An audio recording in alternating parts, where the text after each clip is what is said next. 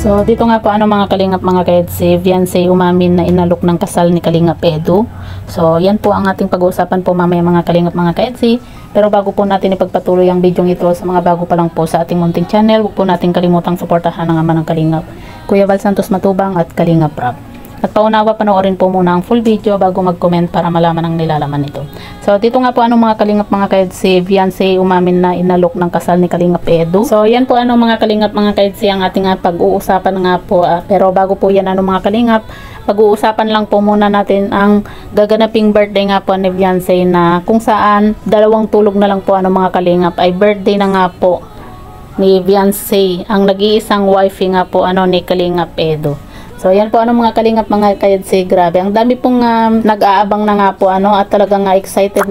na nga po sa magaganap nga po na birthday ni Viancy. At syempre isa na rin po tayo sa nag-aabang at sobrang excited din po kung ano nga ba yung magaganap nga po at kung ano po yung mangyayari sa pasurpresa nga po ni Kalingap Edu nga po dito kay Viancy, dahil nga po sa nabanggit naman nito na babawi nga daw po siya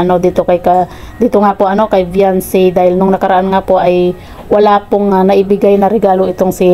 Kalingap Edu kay Viancy nung mansari nga po nila, di ba? Kaya babawi nga daw po itong si Kalingap Edu sa birthday na lang po ni Viancy, at yan po yung talagang kaabang-abang nga po kung ano po yung ibibigay na regalo nga po ni Kalingap Edu dito kay Viancy nga po mga kalingap. At yun nga po mga kalingap mga kaedsi, pag-uusapan naman po natin yung patungkol nga po sa ating naging thumbnail na kung saan Viancy inalok ng kasal ni Kalingap Edu. So yan po yung ating pag-uusapan nga po mga kalingap mga kaedsi. Alam naman po natin mga kalingap na nitong nakaraan nga po ay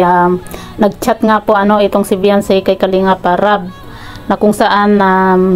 sinabi nga po ni Viancy dito kay Kalingap Rab na itong si Kalingap Edu ay nagsabi nga po dito kay Viancy na gusto nga daw po niyang mag-asawa na Kaya naman hindi rin po napigilan ni Kalingap Rab na mapatawa at matuwa nga din po sa narinig nga po niya dito kay Viancy nga po mga kalingap mga kaedsi, dahil syempre di ba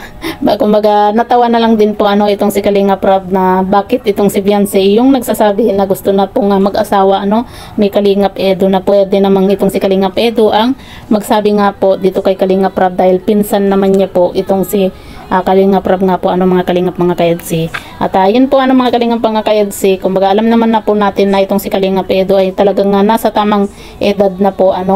at lagi po niyang sinasabi nga po dito kay Viancy na gusto na po niyang mag-asawa. At lagi din po siyang nagpaparinig dito nga po kay Viancy na talagang seryoso na nga po siya mga kalingap mga kaedsi. Kaya naman marami po yung nagsasabi nga po mga kalingap na kung sakasakaling mag-aasawa nga daw po itong si Kalingap Edu, sino naman daw po yung mapapangasawa nga daw po niya Siyempre sa atin mga kalingap mga kaedsi, iniisip naman po natin na walang iba kundi itong si Viancy yung gusto nga pong